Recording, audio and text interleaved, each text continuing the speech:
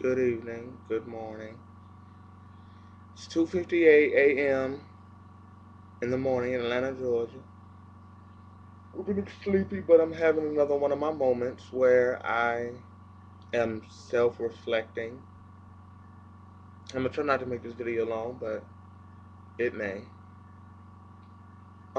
Being in my room, the four corners of my room, I feel free, vibrant, alive. In my room, I really do feel as though eh, in my room, I am who I hide from.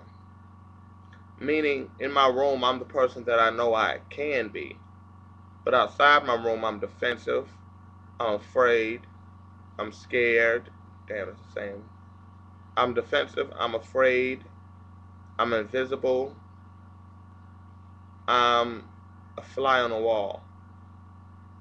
And I say that because I'm starting to think, you know, about my life and how far I've come and how far I have yet to go. First, let me say, me being a proud black gay man, it took years, decades. I'm only 22 to get. Me being who I am, people would think, oh, he's so happy and jolly. No. No, no, no, no, no, no, no, no. That's not. I can be happy and jolly, but I have deep, dark issues that I have yet to deal with, that I'm trying to deal with on a day to day basis. Me being diagnosed with emotional and mental depression and having problems with suicidal thoughts and things of that nature, cutting myself, um, popping pills. I never got to the point. I don't know what it's always been. I always wanted to kill myself, but I never had the courage to do that. I didn't even have the courage to do that. I put a night. I remember. I forgot how old I was, but I was in the kitchen.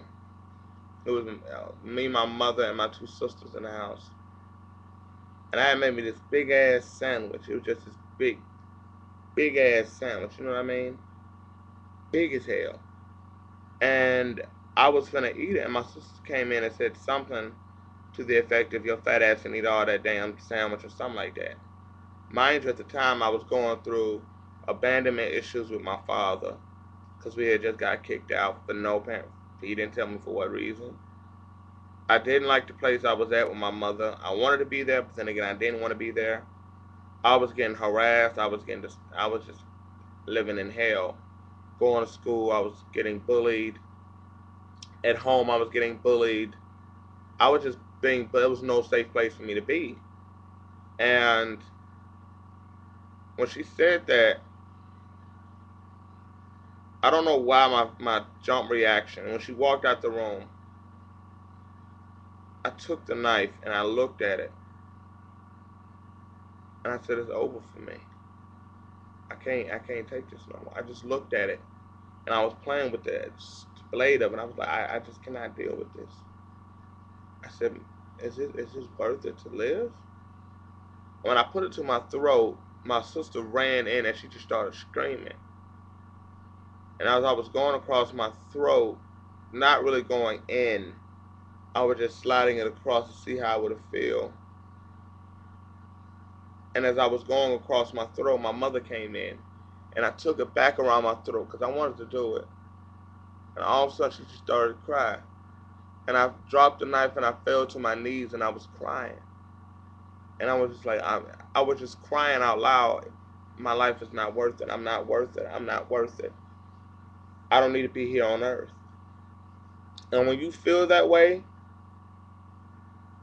you need help. But me being in a black household, black folks don't really, they cry, boo hoo, okay, pray to God, go about the business. It's over for them. But it wasn't over for me. Growing up in a household with my father, I've always had this thing. Well, he's always had this thing. He'll say, I love you, son, but then beat the shit out of me for no apparent reason. Or he'll say, I love you, son,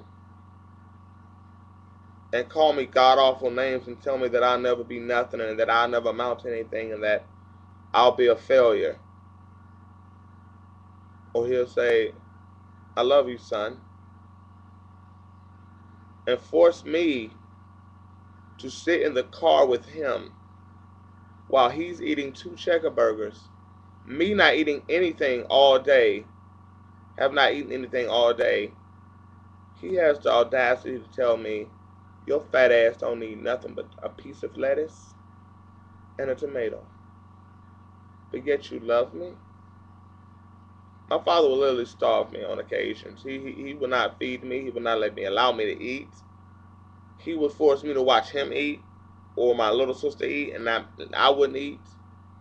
So when I got older, I had a mentality that everyone around me, my close circle, family and friends, they may say, oh, I love you, Nathan.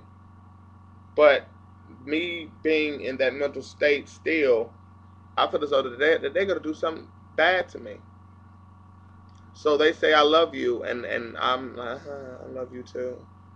But in the back of my mind, I'm like, okay, they're finna do something.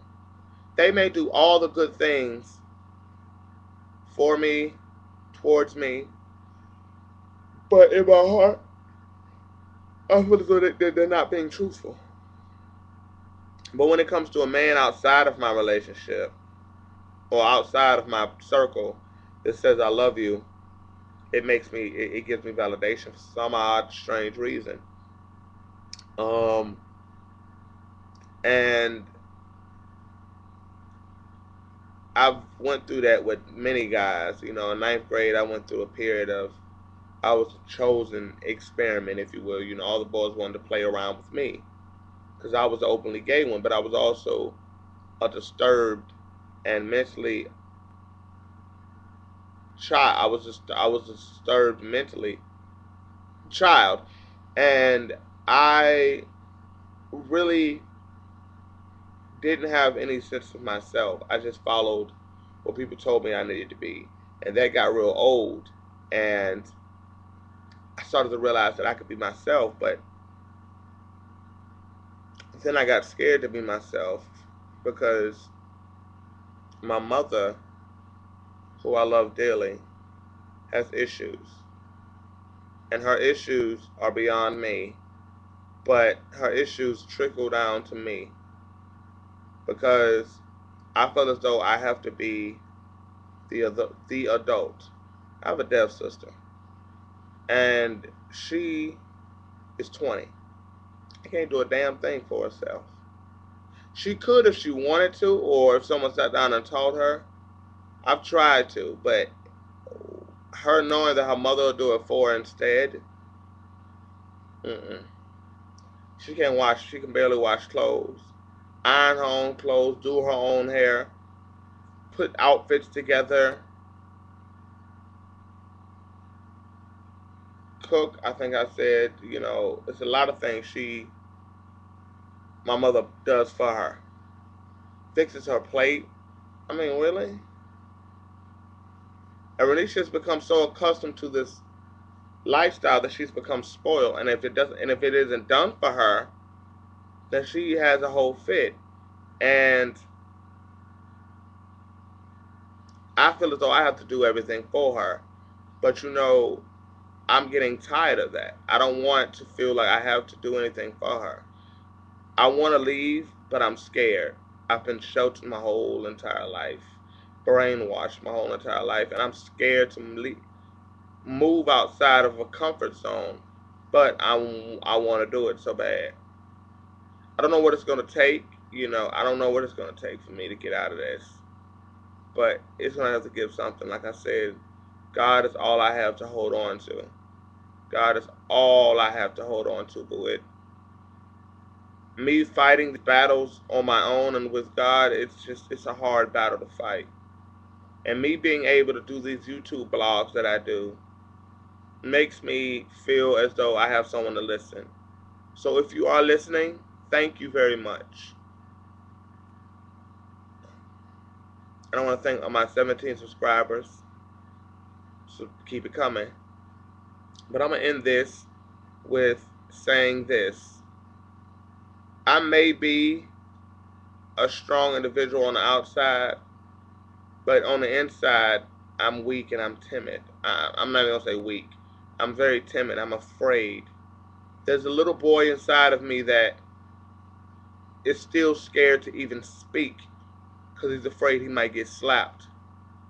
A little boy afraid to move because he's afraid he might get knocked down.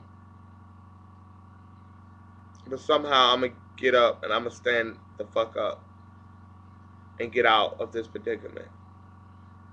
It's a hard battle that I must fight, but in order for me to be sane and to be peaceful, I gotta do it because I don't want to be here no more. I don't want to be in this household no more.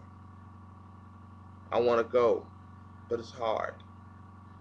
It's hard to just get up and go because you don't know where you're going. I have no job. I'm trying to get to Orlando, Florida. That's hard to go to school, but somehow, some way, God is gonna make a way, as He's done numerous times. Pray for me, y'all. Please, please, please, please keep me in your prayers. I pray for myself every day. I love you. Good night, good morning, good afternoon. To all and to all a good night, a good day.